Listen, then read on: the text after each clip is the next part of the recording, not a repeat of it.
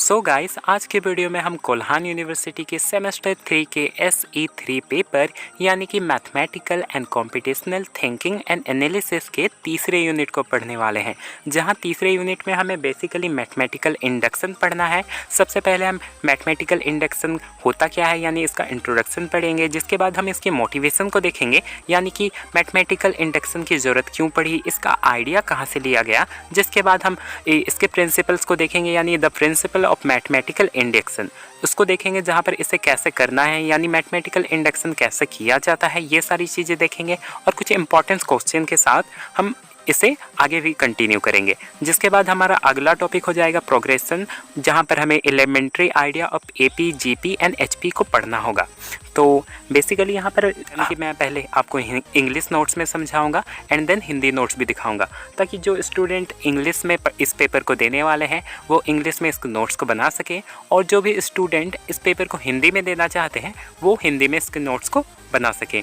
वैसे video start करने से पहले मैं आपको ये बोलना चाहूँगा कि मैं कोई टॉपिक को समझाता हूँ और आपको वो टॉपिक समझ में नहीं आती है या फिर उस टॉपिक के अंदर कहीं पर आपको डाउट होता है तो आप मुझे कमेंट कर सकते हैं। मैं कमेंट में आपका उस डाउट को क्लियर कर दूंगा, या फिर आप मुझे इस इंस्टाग्राम ID पे भी मैसेज कर सकते हैं और ये बता सकते हैं कि आपको किस टॉपिक पे कौन सा डाउट हुआ, तो मैं आपको इंस्टा कॉल के ज़रिए भी उस टॉपिक से रिलेटेड जो भी डाउट है आपका वो क्लियर कर दूंगा।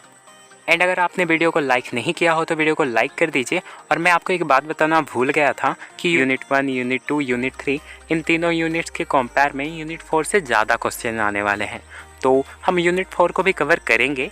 तो अगर आपने चैनल को सब्सक्राइब कर दिया है बट बेल आइकन को अलाउ पे नहीं किया है तो अलाउ पे कर दीजिए, क्योंकि ऐसी इसके बाद मैं यूनिट 4 का भी वीडियो जल्दी अपलोड करूंगा। और अगर आप बेल आइकन को अलाउ पे करते हैं तो आप उस वीडियो को सबसे पहले देख के अपनी प्रिपरेशन सबसे पहले स्टार्ट कर सकते हैं। तो मैथमेटिकल इंडक्शन के इंट्रोडक्शन को देखते हैं। Mathematical induction is a powerful method used to prove statements or formulas that are true for all natural numbers।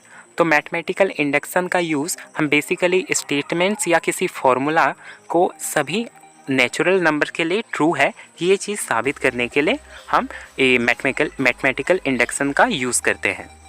और मैथमेटिकल इंडक्शन को हिंदी में गणितीय प्रेरणा कहा जा सकता है। यही गणितीय प्रेरणा को हम कथन और सूत्रों को सभी नेचुरल नंबर यानी सभी प्राकृतिक नंबर के लिए सही है ये सिद्ध करने के लिए हम गणितीय प्रेरणा का उपयोग करते हैं यानी कि मैथमेटिकल इंडक्शन का यूज़ करते हैं। तो अब इंट्रोडक्शन के बाद हमें देखना होगा मैथमेटिकल इंडक्शन का मोटिवेशन, यानी कि मैथमेटिकल इंडक्शन का मोटिवेशन कहाँ से आया, इसका आइडिया साइंटिस्ट को कहाँ से मिला और इसका यूज़ क्यों किया जाने लगा। तो चलिए इसकी खोज क्यों हुई हम उससे जानते हैं।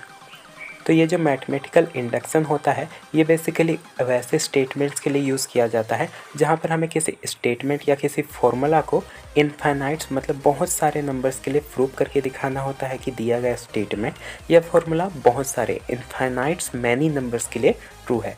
तो अगर आपको किसी स्टेटमेंट को बहुत सारे नंबर्स के लिए आपको प्रूव करना होगा तो आप अगर उसे डायरेक्ट मेथड में करोगे तो आप कैसे करोगे, मतलब इनफाइनाइट नंबर मतलब सभी प्राकृतिक नंबरों के लिए करोगे। तो आप सबसे पहले 1 के लिए करोगे, फिर 2 के लिए करोगे, फिर 3 के लिए करोगे, फिर 4 के लिए। इस तरह आपको करते जाना पड़ेगा अगर आप डायरेक्ट मेथड में करोगे। और तब जाकर भी अगर आप 1000 तक के लिए उसे प्रूव करके दिखाओगे तो वह सभी प्राकृतिक नंबर यानी सभी नेचुरल नंबर के लिए ट्रू नहीं होगी, वो सिर्फ 1000 तक के लिए ही ट्रू होगी। तो इसलिए मैथमेटिक्स हमारे जो पुराने ज़माने के साइंटिस्ट होते हैं मतलब मैथमेटिक्स होते हैं वो एक ऐसा ट्रिक निकालते हैं, एक ऐसा मेथड निकालते हैं जिससे बहुत मतलब 3 से 4 चीज़ों को ही हमें प्रूव करना पड़ेगा और हम उस स्टेटमेंट या उस फॉर्मूला को सभी नेचुरल नंबर्स के लिए जो है ट्रू है ये दिखा पाएंगे। और उस तब जाके ही मैथमेटिकल इंडक्शन की जो है एक खोज हुई। जैसे मान लीजिए हमारे पास एक स्टेटमेंट दिया हुआ है जो कि बोल रहा है कि all natural numbers are divided by 1, मतलब कि जितने भी नेचुरल नंबर्स हैं वो 1 से डिवाइड होंगे। अगर हम इसे डायरेक्ट मेथड के जरिए प्रूव करेंगे तो हमें सभी नेचुरल नंबर को 1 से डिवाइड करके दिखाना पड़ेगा, तभी जाके ये डायरेक्ट मेथड के थ्रू ये स्टेटमेंट ट्रू साबित होगा। और इसमें काफ़ी लंबा प्रोसेस चला जाएगा जो कि मैं आपको करके भी दिखाऊंगा। लेकिन अगर हम इसे मैथमेटिकल इंडक्शन के जरिए करेंगे तो हम शुरुआत के 1, 2, 3 यानी कि शुरुआत के नेचुरल नंबर 1, 2, 3 और उसके बाद किसी n नंबर के लिए हम उसे प्रूव करके दिखा देंगे मैथमेटिकल इंडक्शन के अंडर में, और फिर हम ये कह पाएंगे, ये प्रूव कर पाएंगे कि जो 1 है वो सभी नेचुरल नंबर्स को डिवाइड कर लेगा। जैसे यहाँ पर हमें वो स्टेटमेंट दिया गया है जो कि हिंदी में हमें ये कहेगा कि हम सभी प्राकृतिक संख्याओं को 1 से विभाजित कर सकते हैं। और अगर हम इस स्टेटमेंट को प्रूव करने जाएंगे डायरेक्ट मेथड से, तो सबसे पहले हमें पहले नेचुरल नंबर यानी कि 1 को 1 से डिवाइड करके दिखाना पड़ेगा, जिसके बाद हम उसे लिख पाएंगे कि ये जो स्टेटमेंट है वो फर्स्ट नेचुरल नंबर यानी 1 के लिए 2 है। उसके बाद हम उस सेकेंड नेचुरल नंबर प्रूव करके दिखाएंगे, जिसके बाद हम उसे 3 मतलब तीसरे नेचुरल नंबर के लिए, और अगर हम डायरेक्ट मेथड में करेंगे तो हमें ऐसे ही करके 4, 5, 6, 7, 8 करते करते जितना भी नेचुरल नंबर होता है इनफाइनाइट नंबर्स, जितना भी इनफाइनाइट नेचुरल नंबर्स होगा सभी के लिए हमें प्रूव करके दिखाना पड़ेगा। तब ही जाके हम जो है डायरेक्ट मेथड के थ्रू इस स्टेटमेंट को प्रूव करके दिखा पाएंगे। और इस पर काफ़ी लंबा समय चल जाएगा। सबसे पहले आपको 1 के लिए करना पड़ेगा, फिर 2 के लिए करके ऐसे दिखाना पड़ेगा, फिर 3 के लिए करके ऐसे दिखाना पड़ेगा, और इस पर काफ़ी समय चल जाएगा। जब अगर आप 1000 तक भी करके दिखाते हैं या फिर 10,000 तक भी, करोड़ तक भी करके दिखाइएगा, तो भी आपका जो इनफाइनाइट नेचुरल नंबर्स ख़त्म नहीं होगा, यानी ऑल नेचुरल नंबर ख़त्म नहीं होगा। इसलिए डायरेक्ट मेथड में इस स्टेटमेंट को प्रूव करना इम्पॉसिबल ही है लगभग। आप किसी सर्टेन नंबर तक ही इस डायरेक्ट मेथड के थ्रू किसी भी स्टेटमेंट को प्रूव कर सकते हैं, लेकिन ऑल नेचुरल नंबर के लिए प्रूव नहीं कर सकते हैं। और तब इसीलिए साइंटिस्ट जो होते हैं वो मैथमेटिकल इंडक्शन की खोज करते हैं। एंड आप यहाँ देख सकते हैं सेम उसी स्टेटमेंट को हम जो है मैथमेटिकल इंडक्शन के जरिए करेंगे। सबसे पहले तो हम 1 के लिए उस स्टेटमेंट को प्रूव करके दिखा देंगे, n = 1 मानेंगे, और n के लिए हम उसे स्टेटमेंट को प्रूव करके दिखा देंगे। जिसके बाद हम उसे सेकेंडली 2 के लिए उसी स्टेटमेंट को हम प्रूव करके दिखा देंगे, और उसके बाद हम उसे 3 के लिए भी। सबसे पहले तो हम मैथमेटिकल इंडक्शन के अंदर n को 1 के बराबर मानते हैं और उसे 1 के लिए प्रूव करके दिखाएंगे। फिर हम n को 2 मानेंगे और उसे 2 के लिए प्रूव करके दिखाएंगे। जिसके बाद हम उसे मतलब n को 3 मानेंगे और उससे 3 के लिए हम प्रूव करके दिखा देंगे। और उसके बाद मैथमेटिकल इंडक्शन के ही अंडर में हम ये लिख पाएंगे कि अगर जो स्टेटमेंट है हमारा दिया गया स्टेटमेंट अगर n के लिए सही है, n = 1 के लिए सही है, n = 2 के लिए सही है, n = 3 के लिए सही है, और इसी तरह वो बाकियों के लिए भी सही होगा, तो ये जो गिवन स्टेटमेंट है या फिर फॉर्मूला है वो हमारा सभी नेचुरल नंबर्स के लिए भी ट्रू होगा। और इस तरह से हम मैथमेटिकल इंडक्शन के जरिए काफ़ी इजीली जो है किसी भी स्टेटमेंट या फॉर्मूला को काफ़ी जल्दी इजीली जो है प्रूव करके दिखा सकते हैं। और आप यहाँ हिंदी में भी देख सकते हैं कि मैथमेटिकल इंडक्शन के मोटिवेशन यानी कि गणितीय प्रेरणा की आवश्यकता तब उत्पन्न होती है जब हम ऐसे समस्याओं का सामना करते हैं जहाँ पर हमें किसी सूत्र या किसी कथन के लिए अनंत प्राकृतिक संख्याएं यानी बहुत सारे प्राकृतिक संख्याओं को सही है यह साबित करके दिखाना पड़ता है। और यहाँ मैथमेटिकल इंडक्शन के इंट्रोडक्शन और मोटिवेशन ये दोनों टॉपिक से ही हमारे पास 2 इम्पॉर्टेंट क्वेश्चन बन जाएंगे। इन दोनों टॉपिक से ही 2 इम्पॉर्टेंट क्वेश्चन बन जा रहे हैं। पहला क्वेश्चन तो ये हो जाएगा डिफाइन द मैथमेटिकल इंडक्शन कि यानी कि मैथमेटिकल इंडक्शन क्या होता है, गणित अगमत क्या होता है, यानी गणित प्रेरणा क्या होता है, समझाइए विद एग्जाम्पल, वो भी उदाहरण के साथ। जिसके बाद हमारा सेकेंड क्वेश्चन जो है वो मोटिवेशन यानी कि मैथमेटिकल इंडक्शन के आइडिया से आता है, जहाँ जो हमें इंग्लिश में ये पूछेगा कि explain that where did you get the motivation of mathematical induction, जिसे हिंदी में आप ये भी बोल सकते हैं कि समझाइए गणित अगमत की प्रेरणा कहाँ से मिली, यानी कि गणित प्रेरणा का आइडिया हम मनुष्य को कहाँ से आया। और आप ऊपर वाले क्वेश्चन के लिए इसका इंट्रो में जो भी मैंने लिखवाया था उसे आप लिख पाएंगे। और सेकंड वाले क्वेश्चन यानी जहाँ पर पूछा गया है कि गणित अगमत यानी मैथमेटिकल इंडक्शन का मोटिवेशन यानी कि आइडिया कहाँ से आया, उसमें आप उसके सेकंड वाले जहाँ पर मैंने मोटिवेशन वाले सेक्शन में आपको बताया था कि कुछ ऐसी समस्याएँ होती है जहाँ पर हमें किसी स्टेटमेंट या किसी फॉर्मूला, किसी सूत्र या किसी कथन को अनंत यानी इनफाइनाइट नेचुरल नंबर्स के लिए सही है ये साबित करना पड़ता है। और वैसे जगहों में हमें गणित अगमत यानी कि मैथमेटिकल इंडक्शन की ज़रूरत पड़ जाती है। जिसके बाद हमारा अगला जो टॉपिक हो जाता है वो है the principle of mathematical induction. और ये जो प्रिंसिपल ऑफ मैथमेटिकल इंडक्शन है, यहाँ बेसिकली मैथमेटिकल इंडक्शन को करने का रूल पढ़ाया जाता है।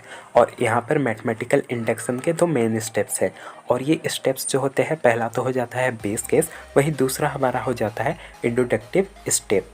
और ये दो स्टेप्स के नाम आपको याद करके रखने पड़ेंगे, क्योंकि क्वेश्चंस आता है कि मैथमेटिकल इंडक्शन करने का दो मेन इंपॉर्टेंट स्टेप्स क्या है, उनका नाम क्या है। तो आपको बेस केस और इंट्रोडक्टिव स्टेप ये दोनों को याद करके रखना पड़ेगा। और यहाँ पर आप देख सकते हैं कि हमारा जो पहला स्टेप यानी कि बेस केस, ये पहला स्टेप है। हमें यहाँ पर किसी भी स्टेटमेंट, जो भी स्टेटमेंट दिया गया होता है, उसके लिए जो भी शर्त होता है, यानी कि जो भी हमें प्रूव करके दिखाना होता है, जैसे ऑल नेचुरल नंबर के लिए ट्रू है, given statement is true for all natural number. अगर हमें ये दिखाना होगा तो नेचुरल नंबर शुरू कहाँ से होता है, 1 से। तो हमें बेस केस में सबसे पहले दिए गए स्टेटमेंट को जो है n इज इक्वल टू 1 के लिए ट्रू साबित करना पड़ेगा। यानी कि बेस केस में आप जो दिया गया स्टेटमेंट है या फॉर्मूला है, उससे एक के लिए सही है ये साबित करके आपको दिखाना होता है। तो मैथमेटिकल इंडक्शन का पहला स्टेप हो जाता है बेस केस, जहाँ पर हम किसी भी स्टेटमेंट के लिए n इज इक्वल टू 1 इसे ट्रू करके साबित करते हैं। जिसके बाद हमारा सेकेंड स्टेप जो हो जाता है, वो हो जाता है इंट्रोडक्टिव स्टेप। यहाँ पर हमें मानना होता है कि जो अब हमारा सेकेंड स्टेप आ जाता है इंट्रोडक्टिव स्टेप। यहाँ पर हमें बेसिकली ये अज्यूम करना पड़ता है, ये मानना पड़ता है कि जो स्टेटमेंट दिया गया था वो n is equal to k के लिए सही है, जहाँ पर k बेसिकली जो होता है वो n+1 होता है, n+2 या फिर n+3 हो सकता है। और सबसे पहले हम यहाँ मानेंगे कि ये जो स्टेटमेंट है वो n is equal to k के लिए सही है। और यहाँ जो हमने लिखा है कि n is equal to k के लिए ये स्टेटमेंट सही है, तो हम इसे जो है इंट्रोडक्टिव हाइपोथेसिस कहते हैं। और इसे भी याद करने वाला, ये भी एक याद रखने वाला एक टर्म है, क्योंकि ऐसा पूछा जाता है कि मैथमेटिकल इंडक्शन में 3 सबसे इम्पॉर्टेंट टर्म्स क्या है। तो आप पहले में लिख सकते हैं बेस केस, दूसरे में लिख सकते हैं इंट्रोडक्टिव स्टेप्स, और तीसरे में लिख सकते हैं आप इंट्रोडक्टिव हाइपोथेसिस। और इतना करने के बाद आप जो है इसी स्टेटमेंट को जो है n is equal to k+1 के लिए आपको ट्रू करके साबित करके दिखाना होगा। और आप जैसे ही इसे करके दिखा दोगे तो आप कह पाओगे कि by mathematical induction we can say that the given statement is true for all natural number. और चलिए इसे भी एक एग्जाम्पल के साथ हम करके दिखाएंगे, यानी एक एग्जाम्पल के लिए हम इसे करके दिखाएंगे। तो यहाँ नीचे में हमारे पास एक एग्जाम्पल है जिसमें 2 स्टेटमेंट्स दिए गए हैं। पहला स्टेटमेंट कह रहा है कि all natural numbers are integer. अब नेचुरल नंबर क्या होता है आपको पता है, मैंने पहले की वीडियोस पे बताया हुआ है कि नेचुरल नंबर यानी कि n जो होता है वो 1 2 3 ऐसे करते करते n तक जाता है। और ये जो इंटीजर होता है वो नेचुरल नंबर तो होता ही है, लेकिन उसके साथ साथ 0 ऐड रहता है और नेचुरल नंबर्स की नेगेटिव वैल्यू यानी -1 -2 -3 करते करते -n तक, ये सभी जो होते हैं इंटीजर्स। तो चलिए हम इस स्टेटमेंट को प्रूव करके दिखाएंगे। उसके बाद हमारे पास नीचे में एक और स्टेटमेंट दिया गया है जो बोल रहा है कि all natural numbers are rational number. अब ये रैशनल नंबर क्या होता है, तो आपको याद होगा जो भी नंबर को हम p/q के फॉर्म में लिख सकते हैं उसे हम रैशनल नंबर कहते हैं। लेकिन उस स्टेटमेंट को ट्रू है ये साबित करने से पहले आपको ये याद रखना होगा कि हमारा जो पहला स्टेप होता है वहाँ पर हमें ये प्रूव करके दिखाना होता है कि जो दिया गया स्टेटमेंट है वो n के लिए सही है। उसके बाद सेकेंड स्टेप में हमें ये पहले करके दिखाना पड़ता है कि हम पहले मानते हैं कि जो स्टेटमेंट है वो k के लिए भी सही होगा, यानी n इज इक्वल टू अगर k हो रहा है तो वो k के लिए सही है।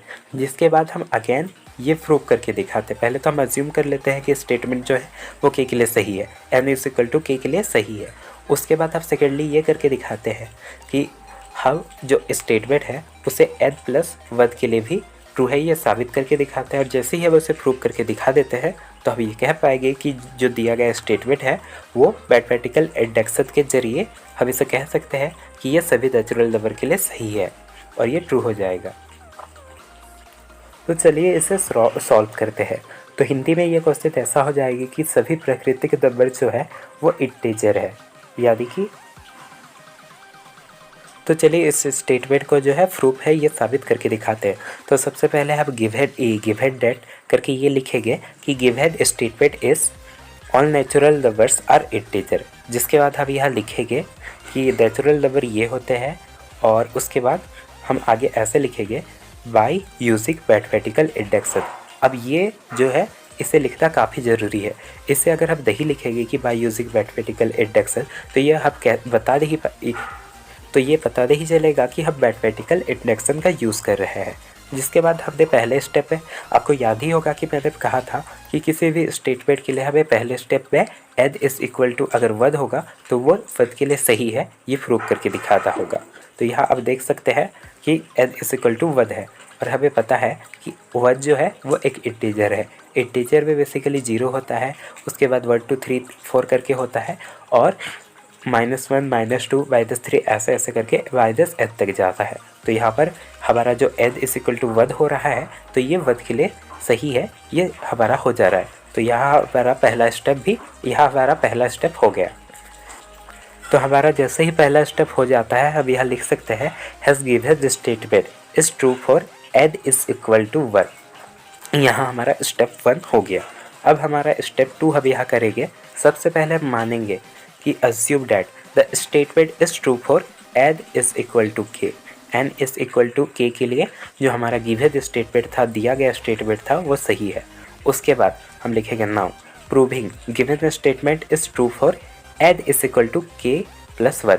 अब k प्लस 1 के लिए जो है हम गिवन स्टेटमेंट को ट्रू है यह साबित करके दिखाएंगे। तो आप देख सकते हैं कि k जो है ट्रू है, यह साबित करके दिखाएंगे। अब देखिए k क्या था, वो बेसिकली n+1 था, n+2 था और हमने n को ऑलरेडी साबित करके दिखाया हुआ है कि वो एक इंटीजर है। तो अगर हम एक इंटीजर पे 1 2 3 कुछ भी ऐड कर दे या माइनस कर दे तो वो एक इंटीजर ही होगा। इसीलिए आपने ऊपर में भी अस्यूम ऑलरेडी किया भी हुआ है कि k जो है एक इंटीजर है।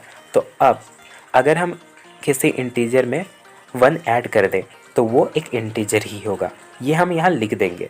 और इसी जैसे मैंने यहाँ लिखा हुआ है कि we know that all natural numbers never end, मतलब सभी नेचुरल नंबर्स कभी ख़त्म नहीं होता है। जिसके बाद हम लिख देंगे कि k जो है एक इंटीजर है। अब किसी इंटीजर में अगर हम 1 या 2 या 10 कुछ भी ऐड कर दे तो वो एक इंटीजर होगा।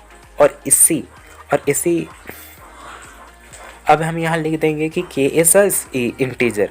अब किसी इंटीजर k में अगर हम 1 ऐड कर दे, 2 ऐड कर दे या 10 ऐड कर दे तो वो एक इंटीजर ही होगा। और इसी पॉइंट के साथ हम ये कह पाएंगे, ये प्रूव कर पाएंगे कि n is equal to k+1 अगर होता है तो वो दिए गए स्टेटमेंट के लिए भी ट्रू होगा। और यहाँ पर हमारा दोनों स्टेप, ऊपर वाला स्टेप सही हो गया, नीचे वाला स्टेप भी हो गया। तो अब हम कह पाएंगे by mathematical induction we can say that the given statement is true for all natural number, यानी कि सभी नेचुरल नंबर जो है वो इंटीजर्स है। हम इतना करके उसे प्रूव करके दिखा सकते हैं।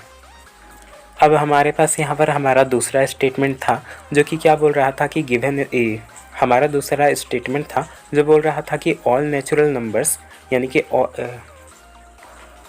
अब यहाँ पर हमारे पास हमारा दूसरा स्टेटमेंट है जो कि बोल रहा था कि all natural numbers are rational number. तो हम चलिए इससे भी प्रूव करके दिखा देंगे। तो सबसे पहले हम अपने स्टेप 1 में n इज़ इक्वल टू 1 मानेंगे, यानी कि 1। अब चलिए हम अपने दूसरे स्टेटमेंट को भी प्रूव करके दिखाते हैं मैथमेटिकल इंडक्शन के जरिए। तो सबसे पहले हम वही लिखेंगे कि बाय यूजिंग मैथमेटिकल इंडक्शन।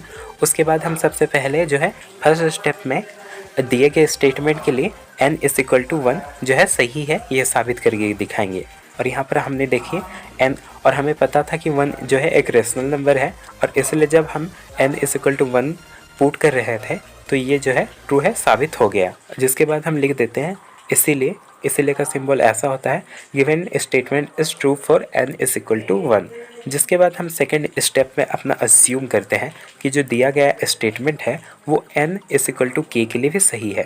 और k क्या है आपको पता है कि जो है वो बेसिकली इस ऊपर वाले n के साथ 1 ऐड है, मतलब n+1 है या फिर n+2 है या फिर n+3, k की वैल्यू यही हो जाएगी और n का वैल्यू तो आपको ऊपर में पता ही है 1 होगा।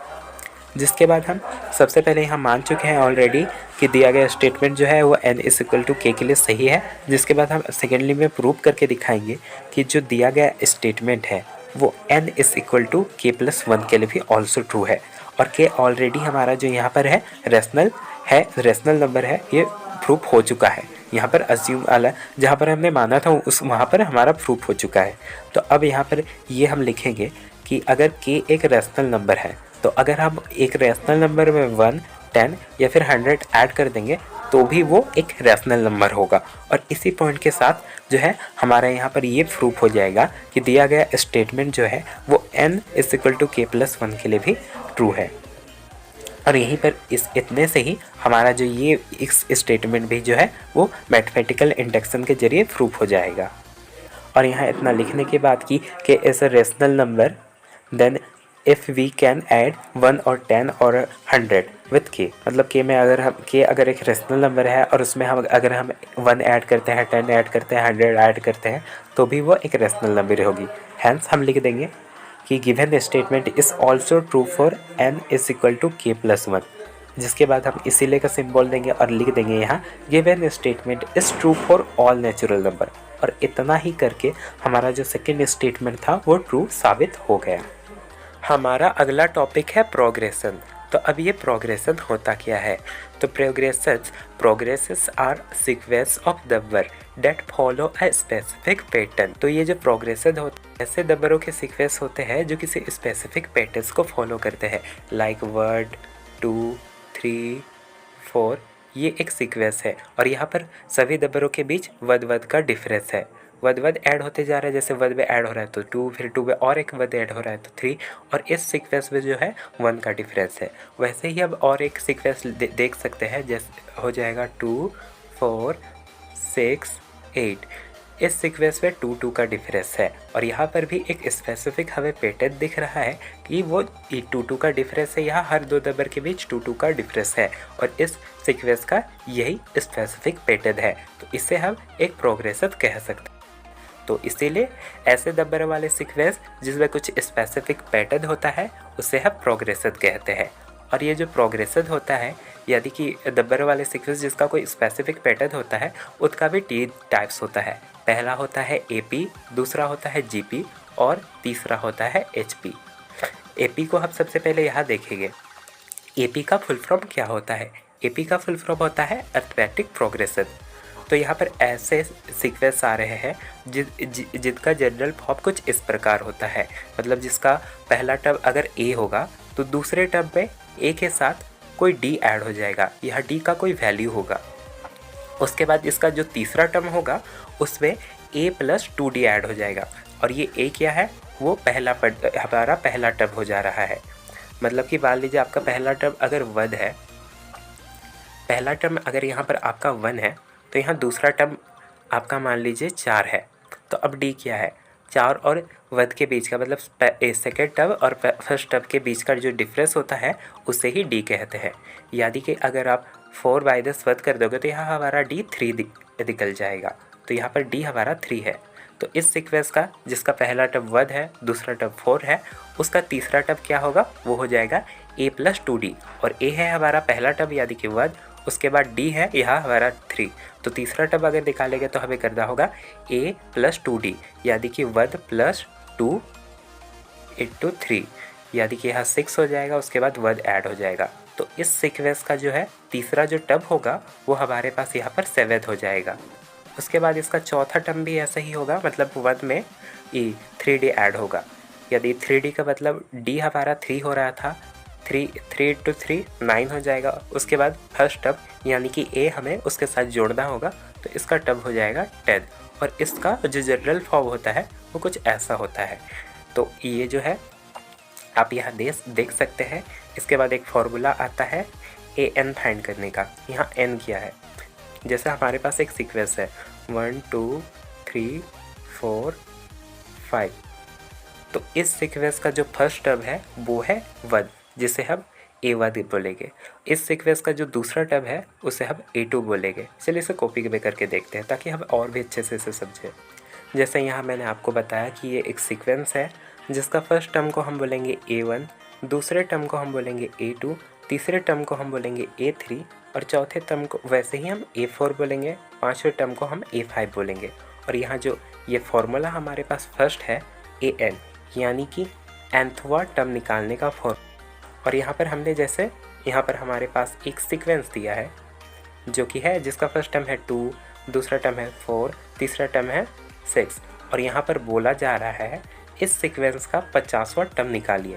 तो उससे चलिए हम निकाल के फॉर्मूला के हिसाब से हम इसे बिल्कुल बैठा देंगे। फॉर्मूला जैसा हमारा था an निकालने के लिए हमें क्या क्या चाहिए था। फर्स्ट तो हमें a चाहिए था, उस पर हमें n माइनस यहाँ पर माइनस होगा 1, उसके बाद d को यहाँ पर इंटू करना था। तो उसी हिसाब से चलिए हम करते हैं। यहाँ पर जैसे हमारा दूसरा टर्म जो है वो 4 है, पहला टर्म हमारा 2 है। 4 माइनस अगर हम 2 करते हैं तो यहाँ हमारा d आ जाएगा जो कि होगा 2। इसलिए उस फार्मूला के हिसाब से ये जो फार्मूला है ऊपर में लिखा हुआ है इसे अच्छे से याद कर लीजिएगा। तो हमारे पास यहाँ d जो हो जाएगा वो 2 निकल गया। उसके बाद n जो यानी 50वां टर्म निकालना था, इसलिए हम 50 माइनस यहाँ पर 1 कर देंगे। यह गलती से 50 प्लस 1 हो गया है, लेकिन यहाँ पर हमें 50 माइनस 1 करना होगा, तब जाके हमारा यहाँ पर 49 होगा। जिसके बाद हमें a यहाँ लिखना है फॉर्मूला के हिसाब से, जैसे कि आप फॉर्मूला यहाँ पर देख भी सकते हैं a plus n minus 1 d। a जो हो जाएगा हमारा फर्स्ट, इस सीक्वेंस का फर्स्ट टर्म हो जाएगा जो कि है 2। उसके बाद इसी के हिसाब से यहाँ हो जाएगा, सबसे पहले 50 पे वध वाइदस होगा तो यहाँ 49 हो जाएगा। उसके बाद 49 जो है 2 के साथ, मतलब 49 जो है वो 2 के साथ मल्टीप्लाई होगा तो 98 हो जाएगा। उसके बाद ये जो है इस सीक्वेंस के फर्स्ट स्टेप से ऐड हो जाएगा और इस तरह से इस सीक्वेंस का, ये जो सीक्वेंस है 2, 4, 6, इस सीक्वेंस का जो है 50वां टर्म हो जाएगा वो 100 हो जाएगा और इस तरह से आप निकाल सकते हैं। इसके बाद AP के अंदर ही एक और फॉर्मूला होता है। पहला तो nthवां टर्म निकालने का फॉर्मूला होता है। उसके बाद जो दूसरा फॉर्मूला होता है वह किसी भी सीक्वेंस का nth टर्म तक के लिए, मतलब शुरू फर्स्ट टर्म से लेके nth टर्म तक के सभी टर्मों का सम यानी कि जोड़। जैसे कि ये एक सीक्वेंस है 1, 2, 3, 4, 5, 6 ऐसे ऐसे कर करके वो मान लीजिए 1000 तक ये सीक्वेंस जा रहा है। तो 1 से लेके मतलब यहाँ 1 ऐड हो जाएगा उसके दूसरे टर्म के साथ यानी 2 से, फिर 2 ऐड हो जाएगा 3 से, फिर वो ऐड हो जाएगा 4 से, 4 ऐड हो जाएगा 5 से। इस तरह से पूरे 1000वें टर्म्स का जो सम होगा वो कितना होगा, इसे निकालने के लिए भी यहाँ पर हमारे पास एक दूसरा फॉर्मूला है जो कि ऐसा है। आप यहाँ देख सकते हैं sum of the first n terms, यानी शुरू से लेके n तक के सभी टर्मों का सम निकालने के लिए एक फॉर्मूला होता है जिसे हम Sn से डिनोट करते हैं। सबसे पहले इसका हो जाएगा n/2, उसके बाद 2a प्लस n-1d। और हिंदी स्टूडेंट भी इसे लिख सकते हैं कि जो ये हमारा AP था उसे आप क्या कह सकते हैं, अंकगणित प्रगति। और जिसका एग्जाम्पल भी आपके पास यहाँ पर ऐसा है, टर्म्स को यहाँ पद कहा जाता है यानी फर्स्ट टर्म को फर्स्ट पद, और यहाँ जो इसका नॉर्मल मतलब नॉर्मल फॉर्म जो है वो भी यहाँ दिया हुआ है। an निकालने का भी यहाँ पर फॉर्मूला है यानी आखिरी पद, nवां पद निकालने का यहाँ फॉर्मूला है Sn यानी n तक के टर्मों को तक का, मतलब किसी स्पेसिफिक n तक के टर्मों का सम, शुरू से लेके आखिरी टर्मों तक का सम यानी कि योग निकालने का भी यहाँ पर फॉर्मूला है। और सबसे पहले वही है कि आपको a यानी किसी भी सीक्वेंस का जो फर्स्ट टर्म है उसे निकालना पड़ेगा। उसके बाद n यानी कि आपके पास ये भी होना चाहिए कि आपका वो कितनावा टर्म है, कितनावा टर्म निकालना है या फिर कितनावा टर्म दिया हुआ है, n वही हो जाएगा। उसके बाद जो है अगला जो इम्पॉर्टेंट चीज़ इस फॉर्मूला में के लिए वो है d, यानी कि दो कंटिन्यूसली सीक्वेंस में दो कंटिन्यूसली आने वाले नंबर्स के बीच का डिफरेंस, जो कि हो जाएगा 8, मतलब सेकेंड वाले ए टर्म से आप फर्स्ट टर्म को माइनस कर दोगे तो भी होगा, यानी कि सेकेंड पद से पहले वाले फर्स्ट को, पहले वाले टर्म को अगर आप घटा दोगे तो भी आपका डी निकल जाएगा। तीसरे वाले पद से अगर आप सेकेंड पद को घटा दोगे तो भी आपका डी निकल जाएगा। और उसके बाद उसे फॉर्मूला में पुट करके आप कई सारे क्वेश्चंस को बना सकते हैं, जो कि हम देखते हैं। अब यहाँ पर हमारे पास एक क्वेश्चन है जो कि किसी दूसरे यूनिवर्सिटी में ही मैथमेटिकल एंड कॉम्पिटिशनल थिंकिंग वाले चैप्टर में आ चुका है, मतलब इस सब्जेक्ट में आ चुका है, ये मैथमेटिकल एंड कॉम्पिटिशनल थिंकिंग वाले सब्जेक्ट में आ चुका है और एपी के ही एपिक टॉपिक से ही। जो क्वेश्चन आप देख सकते हैं, जो क्वेश्चन है the sum of the series, इस सीरीज़ का सम निकालने।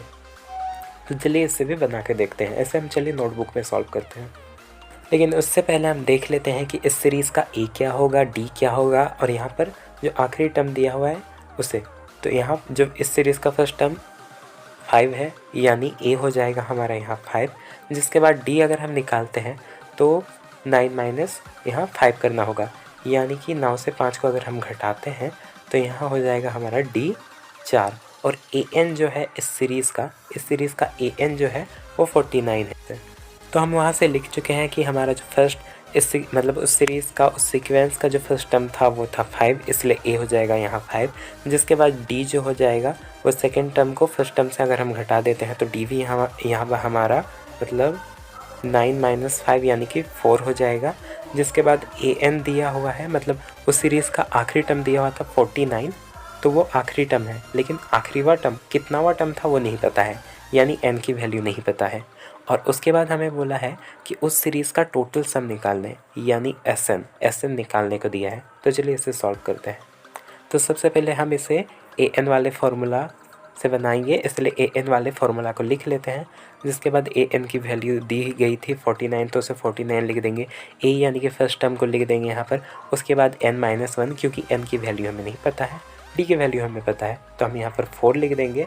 जिसके बाद हम इसे आगे करेंगे, मतलब ये जो 5 यहाँ पर है इस तरफ इसका सिंबल हो जाएगा बराबर के इस साइड प्लस, तो इधर आने पर ये हो जाएगा 5 माइनस 5, तो 49 माइनस 5 यानी 49 से माइनस 5 हो जाएगा, और उसके बाद वो 44 हो जाएगा।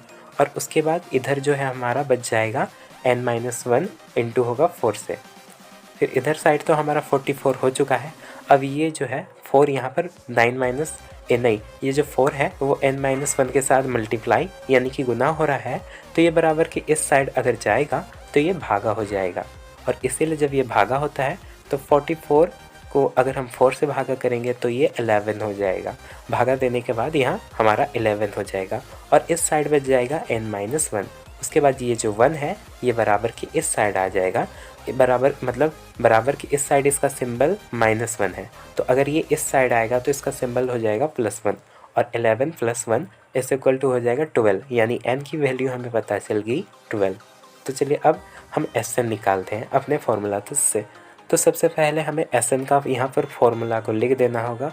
उसके बाद n हमने अभी 12 निकलाया, तो 12 - 2 देना होगा। उसके बाद a हमें पता है 5, यानी 2a, यहाँ पर 2a है, यानी 5 जो है हमारा 2 के साथ मल्टीप्लाई होगा, जो कि मल्टीप्लाई होने के बाद 10 हो जाएगा। 2 × 5 = 10। उसके बाद n-1, n की वैल्यू ऊपर में ही दी गई है 12, तो 12 में अगर हम 1 घटाते हैं तो 11 हो जाएगा। d की वैल्यू हमें पता थी 4। जिसके बाद हम सिंपल सा 11 को मल्टीप्लाई कर देंगे 4 से, तो ये 44 हो जाएगा। यहाँ 10 प्लस हो जाएगा, और ये प्लस होने के बाद यहाँ 54 हो रहा है।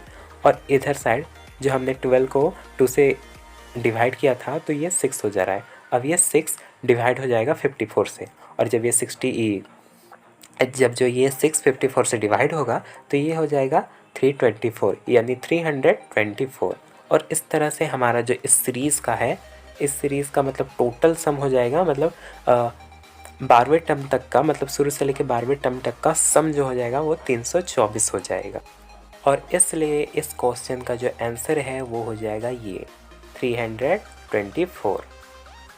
जिसके बाद आता है जियोमेट्रिक प्रोग्रेशन यानी कि GP, जिसका जनरल फॉर्म कुछ ऐसा होता है, यानी इसका फर्स्ट टर्म अगर a हो जाएगा तो उसका सेकेंड टर्म जो होगा फर्स्ट टर्म के साथ r जो है मल्टीप्लाई हो जाएगा। उसके बाद थर्ड टर्म में जो है a के साथ r² मल्टीप्लाई होगा। वैसे ही इसके आगे टर्म्स के साथ, जैसे इसके फोर्थ टर्म के साथ फर्स्ट टर्म यानी कि a और उसमें r का पावर 3 जो है ऐसा ऐड होते जाएगा। उसके बाद उसके फिफ्थ टर्म में जो है फर्स्ट टर्म और r का पावर 4 ऐसा ऐड होते जाएगा। और इस टाइप से इसका जो है जनरल फॉर्म कुछ ऐसा होता है, यानी फिफ्थ वाला टर्म, सिक्स्थ वाला टर्म्स वगैरह वगैरह कुछ निकालने को अगर आपको दिया जाता है, रिकॉर्डिंग बर्बाद हो गई से इसका जो है जनरल फॉर्म कुछ ऐसा होता है। और इस यहाँ पर भी इसका दो फार्मूलास होते हैं, पहले an निकालने का, दूसरा मतलब an मतलब कोई एक सर्टेन वाला टर्म निकालने का उसका फार्मूला होता है, जो कि है यहाँ पर भी हो जाता है अगेन से an, और इसका फार्मूला आप यहाँ देख सकते हैं। जिसके बाद यहाँ सेकेंडली इसका जो फार्मूला होता है SN, यानी कि शुरू से लेके कुछ एक सर्टेन जो टर्म दिया हुआ है, मान लीजिए 5 या 6 या 10 कुछ भी, वहाँ तक के सभी टर्मों का जो है सम कितना होगा उसे निकालने का भी यहाँ पर फॉर्मूला दिया गया है। तो चलिए इसे आगे नोट कॉपी में करके देखते हैं। जैसे कि मैंने यहाँ बताया था कि ये किसी दूसरी यूनिवर्सिटी में ही ग्रेजुएशन के under he mathematical and computational thinking के SE3 पेपर में ही आया हुआ था, वो AP से आया हुआ था। ये GP से ये क्वेश्चन आया। जो क्वेश्चन हमें बोल रहा है 5 टर्म्स ऑफ द GP 3 + 6 + 12, मतलब इस सीरीज़ का इस GP का जो है A5 निकालने को, मतलब 5वां टर्म क्या होगा वो निकालने को। चलिए उसे निकाल के देखते हैं।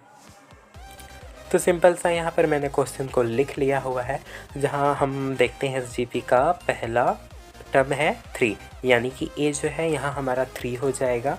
उसके बाद हम सिंपल सा जो है यहाँ पर R निकालते हैं। अब R क्या है, सेकेंड टर्म में जो है, मतलब सेकेंड टर्म में जो है फर्स्ट टर्म के साथ कुछ ऐड हो जा रहा था।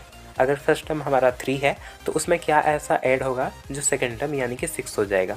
उसे हम बेसिकली इस फॉर्मूला से निकाल लेते हैं, जो कि हो जाता है R = A2/A1 या फिर A3/A2 या फिर A4/A3।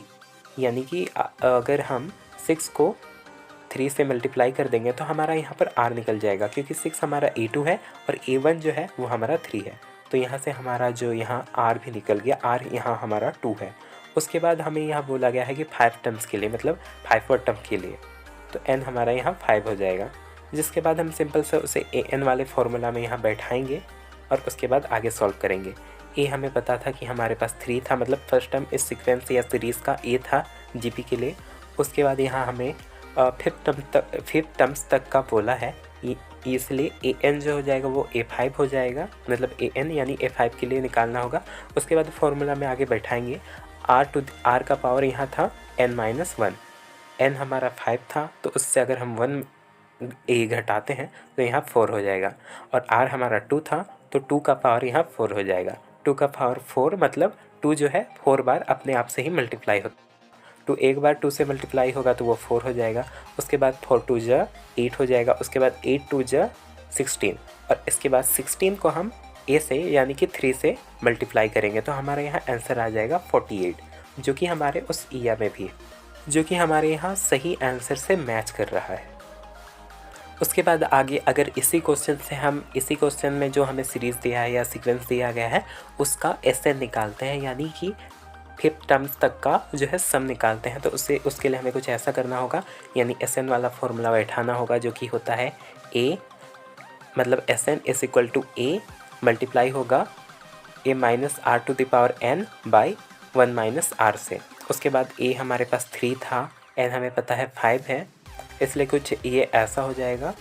आगे बैठेगा 1 - R, यानी कि जो हमारा R था वो 2 था, इसलिए नीचे वाले में यहाँ पर 1 - 2 यानी कि -1 यहाँ हो जाएगा। उसके बाद यहाँ 2⁵ है, यानी कि 2 को 5 बार हमें यहाँ पर मल्टीप्लाई करना होगा। और यहाँ तक तो मैंने आपको बता दिया है, अब इससे आगे आप खुद बनाइए। सबसे पहले आपको वही करना है कि ये जो 2 को 5 बार मैंने मल्टीप्लाई करने दिया हुआ है, यानी S⁵ था ऊपर वाला, उसी को ऐसे करके आपको सॉल्व करना होगा। उसके बाद उसे आपको 1 से घटाना होगा, जो आंसर आएगा आपको यहाँ पर उसकी जगह लिखना होगा। उसके बाद उसे -1 से आपको डिवाइड करना होगा। उसके बाद 3 से आप उसे मल्टीप्लाई जैसे ही करिएगा आपका S5 निकल जाएगा, यानी कि उस सीक्वेंस या सीरीज़ के 5 टर्म्स तक का जो है सम कितना होगा वो निकल जाएगा। एंड हिंदी वाले स्टूडेंट्स भी लिख सकते हैं, यानी कि हमारा जो जियोमेट्रिक प्रोग्रेशन था उसे हिंदी में जियोमेट्री प्रकृति कहते हैं, जिसका जनरल फॉर्म यानी कि सामान्य रूप ऐसा होता है, मतलब पहला वाला A हो जाएगा, जिसके बाद सेकेंड टर्म में R उसके साथ मल्टीप्लाई हो जाएगा, मतलब फर्स्ट टर्म के साथ R मल्टीप्लाई हो जाएगा। थर्ड टर्म में फर्स्ट टर्म के साथ R² मल्टीप्लाई हो जाएगा। फोर्थ टर्म जो है वहाँ पर फर्स्ट टर्म के साथ R⁴ ऐसे ही मल्टीप्लाई होते जाएगा। और उसके बाद ऐसा इसका जो है मतलब AN निकालने का फॉर्मूला ये है, SN निकालने का फॉर्मूला ये है। तो हिंदी स्टूडेंट्स भी इसे नोट्स कर सकते हैं। और यहाँ बेसिकली इसका परिभाषा उतना इम्पोर्टेंट नहीं है, बेसिकली आप लोगों को एग्ज़ाम में यही पूछेगा, कोई सीरीज़ या फिर कोई सीक्वेंस दिया जाएगा GP या AP का, उसका AN या SN निकालने बोलेगा, मतलब इतनावा पद या फिर उतनावा पद तक का सम कितना होगा वही निकालने को। जिसके बाद आता है HP, जिसे हिंदी और इंग्लिश दोनों में हार्मोनिक प्रोग्रेशन यानी कि हार्मोनिक प्रकृति कहते हैं। इसका बेसिकली ऐसा फंडा होता है, अगर कोई सीक्वेंस ऐसा होता है AP के रूप में, तो उससे अगर आप HP यानी कि हार्मोनिक प्रकृति में डालते हैं, यानी ए हार्मोनिक प्रोग्रेशन में डालते हैं तो वो कुछ ऐसा हो जाएगा। मतलब एक सीक्वेंस आप देख सकते हैं 2 4 6 8, तो उससे अगर आप HP में कन्वर्ट करोगे तो वो हो जाएगा 1/2, 1/4, 1/6, 8, 1/8। यानी कि आप इसे देख सकते हैं, इसका जनरल फॉर्म कुछ ऐसा होता है। जैसे AP में का जनरल फॉर्म ऐसा होता है A, A+D, A+2D, यानी फर्स्ट टर्म जो हो जाएगा वो A हो जाएगा, सेकंड टर्म फर्स्ट टर्म के साथ D ऐड हो जाएगा, थर्ड टर्म में पहले टर्म के साथ 2D ऐड हो जाएगा। तो ऐसा सिंपल सा HP में वही हो जाता है, बस यहाँ इन्वर्स हो जाता है, यानी कि जो ऊपर वाला चीज़ है वो बट्टे के नीचे आ जाता है। तो HP का तो वैसे कुछ निकालने को नहीं दिया जाएगा। HP में बेसिकली आपको दिया जाएगा कोई सीक्वेंस, कोई सीरीज़, तो उसे HP में कन्वर्ट करिए, यही बोला जाएगा। और अब आगे जो है AP और GP का कुछ क्वेश्चंस मैं आपको दे दूंगा, आंसर साइड में रहेंगे। आपको बेसिकली सॉल्व करके ये फार्मूलाज के जरिए आपको उससे सॉल्व करके देखना होगा आपका कितना आंसर सही कर रहा है, मैच कर रहा है, यही सब आपको टेस्ट करना होगा। मैं आपको आगे क्वेश्चन दे दूंगा, आंसर भी रहेगा, आपको फार्मूला में पुट करके उन सबको प्रैक्टिस करना होगा। और AP एंड GP में प्रैक्टिस मांगता है, क्योंकि अगर बस आपको फार्मूला याद है, आपके पास प्रैक्टिस नहीं है, तो 2 मिनट का चीज़ आपका 10 मिनट लग जाएगा। 10 मिनट में आप उसे बना लोगे, लेकिन प्रैक्टिस नहीं है तो आपका टाइम ओवर जाएगा।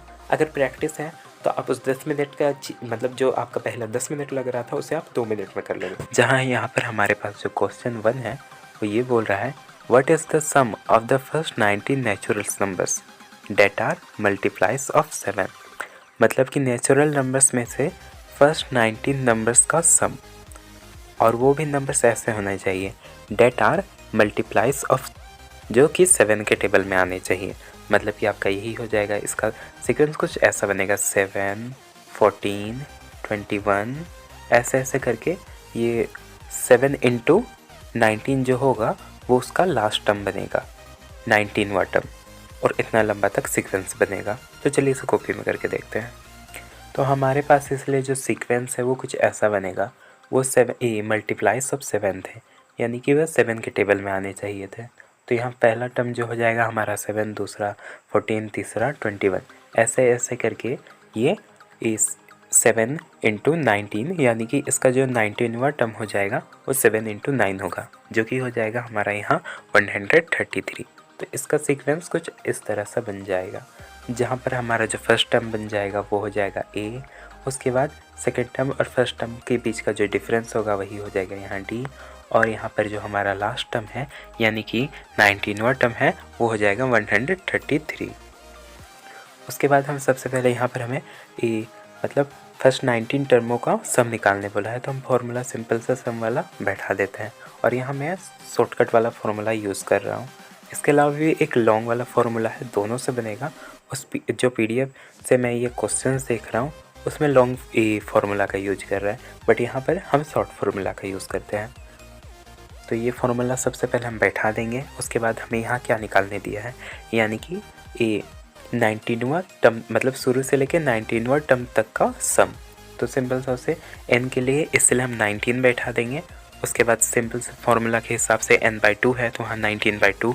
उसके बाद a + an, a जो हो जाएगा फर्स्ट टर्म जो कि है हमारा 7, और an लास्ट टर्म यानी कि a19, 19वां टर्म जो कि हो जाएगा 133। इन दोनों को प्लस कर देंगे तो ये हमारा आगे हो जाएगा 140।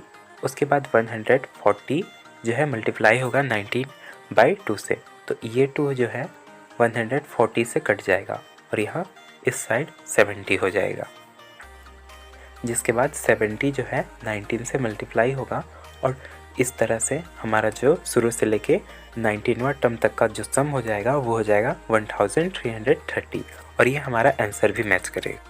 और यहाँ पर आप देख सकते हैं कि यहाँ पर जो सेकंड ऑप्शन है जो कि है 1330, ये हमारा आंसर हो जाएगा।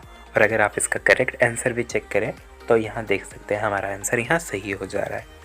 और यहाँ आप देख सकते हैं कि सबसे पहले यहाँ A निकाला गया, जहाँ पर कॉन्सेप्ट इसका पूरा बताया गया है। उसके बाद N दिखाया जा रहा है, उसके बाद D दिखाया जा रहा है। उसके बाद आप यहाँ देख सकते हैं कि फार्मूला में से पुट किया गया है, और यहाँ जो फार्मूला जिस फार्मूला का यूज हुआ है वो लॉन्ग वाला मतलब बड़ा वाला फार्मूला का यूज़ किया गया था, और उसके बाद इस तरह से आंसर आया। इस PDF का लिंक मैं आपको जो है अपने इंस्टाग्राम अकाउंट में दे दूँगा, जिसको आप ऑलरेडी फॉलो कर चुके होंगे। मुझे आप हाई लिख दीजिएगा, मैं सिंपल सा इंस्टाग्राम अकाउंट में आपको दे दूँगा। और इसके अलावा मैं कुछ और क्वेश्चंस भी आपको देने वाला हूँ। तो यहाँ पर बेसिकली 15 क्वेश्चंस है और ये ज़्यादातर ग्रेजुएशन लेवल का या फिर आपको कंपटीशन एग्ज़ाम्स वाले लेवल का ज़्यादातर यहाँ पर जो है क्वेश्चंस इस पीडीएफ में तो आप इसे चाहो तो बना सकते हो। या फिर इसके अलावा जो मैं अभी पीडीएफ दूसरा वाला दूंगा, जो कि हमारे स्पेशली कोल्हान यूनिवर्सिटी के लिए होगा, कोल्हान यूनिवर्सिटी के एग्ज़ाम सेक पेपर 3 के लिए, जो बेसिकली है मेरे द्वारा जो बनाया हुआ है, आप उसे भी बना सकते हैं। तो चलिए हम उसे बनाते हैं। तो आपके सामने यहाँ पर कुछ क्वेश्चंस मिल जाएंगी। ये सब जो है अरिथमेटिक प्रोग्रेशन यानी कि एपी वाला है। तो सबसे पहले आप इसे अपने खुद से बनाने का ट्राई करें और जब बना ले तो आप इनका आंसर जो है नीचे में, मतलब पीडीएफ के ही नीचे सेक्शन पे आपको मिल जाएगा। आंसर आप मैच कर सकते हैं। जैसे यहाँ फर्स्ट क्वेश्चन का यहाँ आंसर दिया गया है A20 क्या हो जाएगा, और इस तरह से। उसके बाद जो हमारा सेकेंड क्वेश्चन था उसका भी यहाँ पर आंसर दिया गया है। थर्ड क्वेश्चन के लिए भी हमारे पास यहाँ आंसर है। और इस तरह से आप जो है सबसे पहले तो क्वेश्चन को खुद से बनाने का ट्राई करिएगा। उसके बाद जब आप बना लीजिएगा या फिर आप बनाने में थोड़ी आपकी कुछ गलतियाँ आ जाएगी तो आप आंसर देख सकते हैं। तो ये एपी वाला है। उसके बाद ये देखिए सम वाले के लिए, सम वाले क्वेश्चंस का भी यहाँ पर नीचे में आंसर दिया गया है। और सेम यहाँ 5 नंबर क्वेश्चन के लिए भी यहाँ पर आंसर दिया गया है। फिर आप ये क्वेश्चन भी देख सकते हैं, क्वेश्चन नंबर 6, जो कि बोल रहा है a person save money each month of in AP. In the first month they save $50. In second month they save $60. मतलब कि वो पहले महीना अपना $50 बचा रहा है। अच्छा, डॉलर को जो है यहाँ पर हटा दीजिए। आप सीधा मान लीजिए कि वो पहला मंथ जो है अपना ₹50 बचा रहा है और उसके बाद दूसरा मंथ $60 नहीं, मान लीजिए कि ₹60 बचा रहा है। तो सिंपल सा है, ये कंटिन्यूसली हो रहा है। तो 60 को अगर आप 50 से घटा दोगे तो आपको यहाँ डी जो है वो मिल जाएगा। डी यहाँ बेसिकली आपका 10 हो जाएगा। ए जो है यहाँ पर बेसिकली आपका 50 हो जाएगा। तो इस तरीके से फिर लास्ट में पूछ रहा है how much will they save in 10th month, यानी कि 10वां टर्म यहाँ पर, मतलब ये जो है आपका ए यहाँ 50 हो जा रहा है, A2 यहाँ 60 हो जा रहा है, डी यहाँ पर आपका 10 हो जा रहा है। तो यहाँ पर आपको बेसिकली A10 क्या होगा वही निकालने को बोला जा रहा है। तो यहाँ पर आप देख सकते हैं कि फॉर्मूला में ही पुटिंग करके आप कैसे आंसर ला सकते हो। 7 नंबर भी वैसे ही बन जाएगा, 8 नंबर भी वैसे ही बन जाएगा। जिसके बाद 9 नंबर थोड़ा सा हार्ड तो नहीं है, बट इसे आप देखो यहाँ पर 6 टर्म दिया गया है, 10वां टर्म भी दिया गया है। जिसके बाद जो है फर्स्ट टर्म निकालने को बोल रहा है और कॉमन डिफरेंस। तो आप यहाँ देख सकते हो और इसमें ज़्यादा दिक्कत नहीं होगा। आप बनाने को ट्राई करोगे, आप बना लोगे। 10th नंबर भी वैसे आप बना सकते हैं। तो अब चलिए जीपी वाले को क्वेश्चंस को देखते हैं। तो यहाँ आप क्वेश्चन देख सकते हैं जो कि बोल रहा है कि find the 10th term of a geometric progression, यानी जीपी का 7वां टर्म निकालने बोल रहा है। Where the first term is 3, यानी कि यह ए जो है हमारा यहाँ पर 3 हो जाएगा। And the common ratio is equal to 2, यानी कि यहाँ पर हमारा ए और आर दिया गया है और यहाँ पर 7वां टर्म निकालने को बोल रहा है, इसलिए एन जो हो जाएगा वो हमारा यहाँ 7 हो जाएगा। तो सिंपल सा आप इस फॉर्मूला में उसे पुट करके निकाल सकते हैं। ये जो होता है हमारा फॉर्मूला मैंने आपको पहले ही दिखाया हुआ है कि a n is equal to a into r to the power n-1। तो यहाँ n जो हो जाएगा वो हमारा 7 हो जाएगा, r जो हो जाएगा वो हमारा 2 हो जाएगा यहाँ, और a जो हो जाएगा हमारा यहाँ 3 है।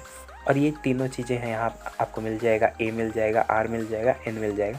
सिंपल सा फॉर्मूला में पुट करके आप यहाँ क्वेश्चंस को सॉल्व कर सकते हो। बस आपको यहाँ थोड़ा प्रैक्टिस लग जाएगा ताकि आप एग्ज़ाम में गलती ना करो। वैसे आप एग्ज़ाम में भी अगर आपको फॉर्मूला याद होगा तो आप काफ़ी अच्छे से बना सकते हैं। हाँ, लेकिन ऐसा है कि अगर आप पहले से प्रैक्टिस करते हैं तो आप फटाफट बना लीजिएगा। जिस चीज़ को एग्ज़ाम में अगर बिना प्रैक्टिस के साथ अगर आप करते हैं तो 10 मिनट लगेगा, तो अगर आप प्रैक्टिस पहले से ही किए रहिएगा तो वो 10 मिनट आपका नहीं जाएगा, आप 1 मिनट में ही उसे कर लोगे। तो इसी तरह से बाकी क्वेश्चन भी है।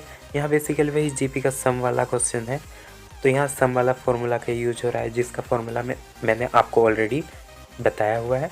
तो यहाँ सम का यूज़ हो जाएगा, सम वाले फार्मूला का यूज़ हो जाएगा। इसलिए जीपी और एपी दोनों में एन निकालने वाला और एसएन यानी सभी टर्मों का सम निकालने वाला, दोनों फार्मूला को आप याद करिए और थोड़ा सा प्रैक्टिस कर लीजिए। क्वेश्चंस तो मैंने ऑलरेडी दी हुई है, ये सारी पीडीएफ्स आपको ऑलरेडी मतलब मेरे इंस्टाग्राम अकाउंट में मैं आपको दे दूँगा, तो आप वहाँ से जाके मुझे कांटेक्ट कर दीजिए।